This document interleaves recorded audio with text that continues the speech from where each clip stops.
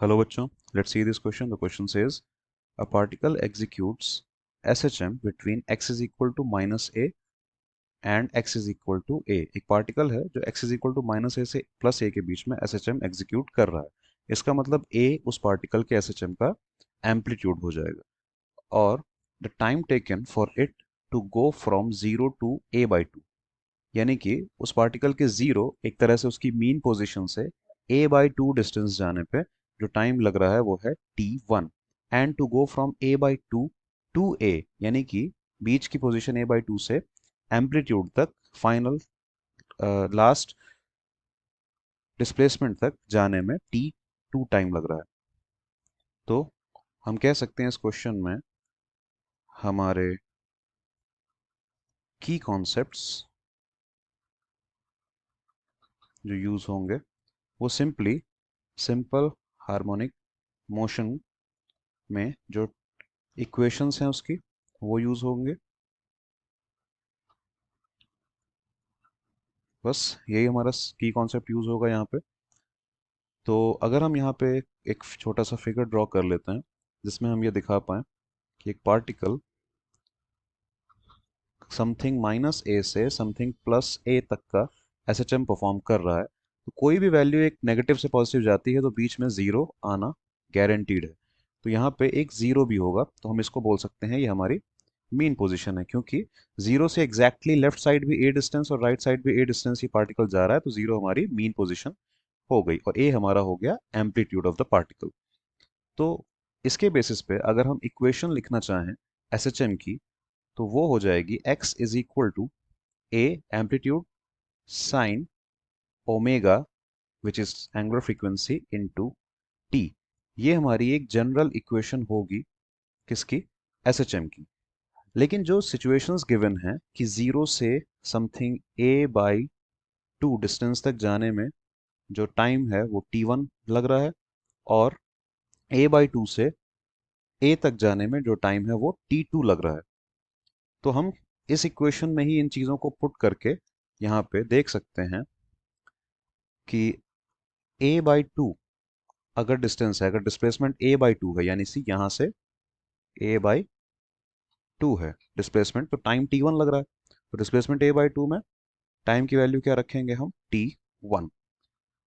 तो यहाँ से a कैंसिल हो जाएगा और यहाँ से साइन ओमेगा t1 की वैल्यू क्या आएगी, 1/2।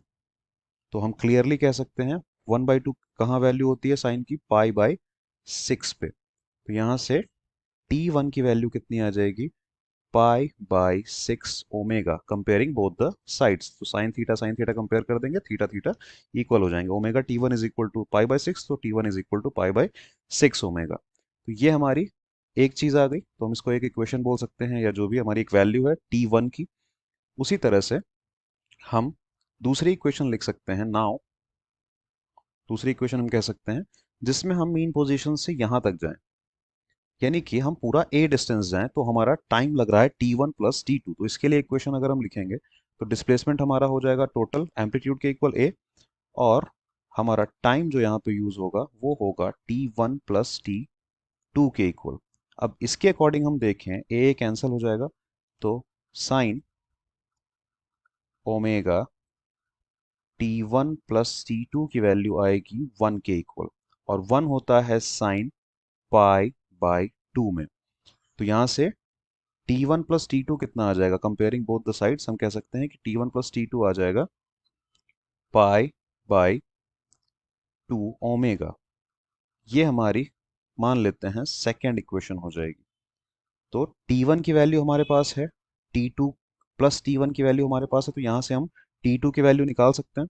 को हम सेकेंड इक्वेशन नहीं बनाएंगे, एक तरह से इसको हम सेकेंड इक्वेशन नहीं बनाएंगे। हम कह सकते हैं कि t2 की वैल्यू जो आ जाएगी वो क्या आएगी, π/2 ओमेगा माइनस t1 के इक्वल। और t1 फर्स्ट इक्वेशन से उठा के रखे हैं तो π/2 ओमेगा माइनस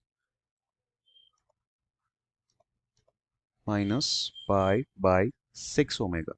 जब ये सॉल्व करेंगे तो t2 की वैल्यू आएगी, यहाँ से π/2 ओमेगा कॉमन आ जाएगा, 1 - 1/3 बचेगा।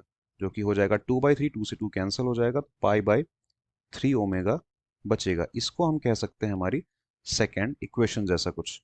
तो T2 की वैल्यू आ रही है π/3 ओमेगा, और T1 की वैल्यू आ रही थी हमारी π/6 ओमेगा। तो यहाँ से क्लियरली हम देख सकते हैं, क्योंकि π/6 omega is less than π/3 omega.